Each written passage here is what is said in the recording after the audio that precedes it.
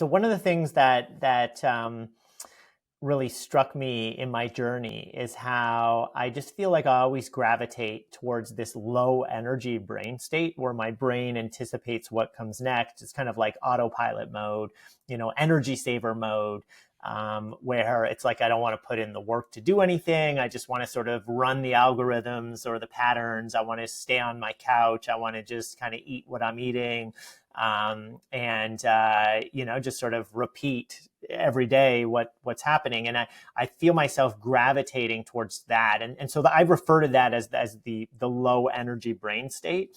And I realize, in my laboratory, for example, that actually harms us, that when we do low energy thinking, we're essentially just getting the results that everybody else has gotten. And we're not really innovating. We're not being creative. We're not sort of tapping into all of this potential that we all have. And so that's one of the kind of key things I think about LIT is that I've been trying to develop tools that allow us to break free from this low energy brain state so we can really tap into what's already there to get us into a higher energy brain state to do our best thinking. And so turning to nature is one example of getting ourselves into the high energy brain state, because what it does is, I don't think I've had a single person in the lab where we're doing something bio-inspired and they're not like fired up about it, because I think it just stokes people's curiosity. The fact that, when you learn about creatures and what they've evolved to deal with changes in their environment, it's so fascinating. It's like, this like awe-inspiring moment. And so to me, I think I've been on this path to try to find ways to get my brain into that higher energy state where I feel we do our best thinking, where we can maximize our ability to be creative and lead with curiosity and be connected with others. And while I do feel like the ground sort of state is there and I'm kind of pulled towards it, I recognize it now. And by the way, I think there's like an evolutionary sort of basis for this. I think it's 12 to 15,000 years ago, when we were all kind of hunter-gatherers, out on the savannah, the goal was really energy conservation, for Right. survival, where, you never know when we were going to deplete our resources and need to move and conserve our energy to move to a completely different location or run away from something or go hunt something. So generally, we have this sort of energy saver mode for survival purposes. And this is kind of, it's still with us. It's still very much a part of us. But what I've realized, so through kind of tapping into these tools that we all have access to, that we can override that system, that we can say, hey, this is not serving us. And there's many things that we can do.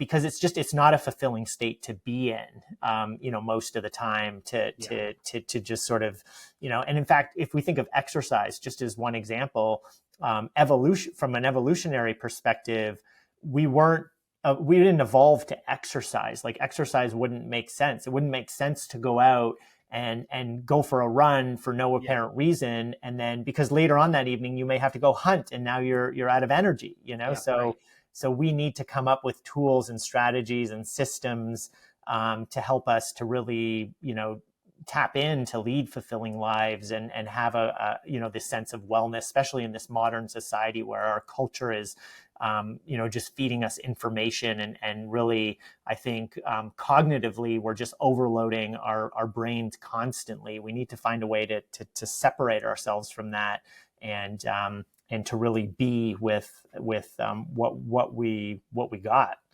Yeah.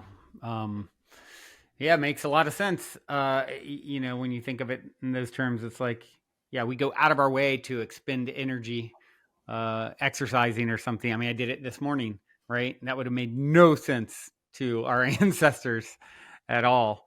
I never really thought about it like that, but very true. But you know what? Actually, I will say one thing though, is that to me, there's one of the tools I call get hooked on movement, and I think movement is really important as a way to, when we move, when we exercise, we create a domino effect in everything in our lives. It's not just, exercising to look good or to feel good, but it actually opens the door to helping us, like, floods our brain with neurotransmitters and oxygen, and it helps different regions of our brain sort of communicate with each other more efficiently. And it just, it gets us in a state where we get the ball rolling down the hill and we can do more of what we want to do. It becomes easier to be intentional and deliberate and purposeful, in our lives. So exercise is something that, even though we have this evolutionary pull against it, I think it is so important for just overall sense of well-being beyond, the physical benefits that we get from it. Yeah. The myriad of benefits for sure.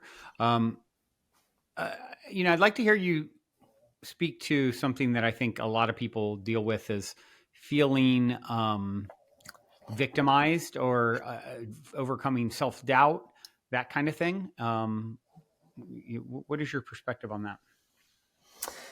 Well, I think that I would probably even throw into that bucket like shame, self-shame, and I think one of the things actually that I try to do is, I'll just give you just one example. Like, let's say if I send an email to somebody, and they don't respond right away, right? And I immediately start to think to myself, okay, what did I do? Like, what did I say? Did I say something wrong? Or, is there something like, what's wrong with me, right? Right. But I found a way actually to intercept that and to completely flip it. And it's super simple.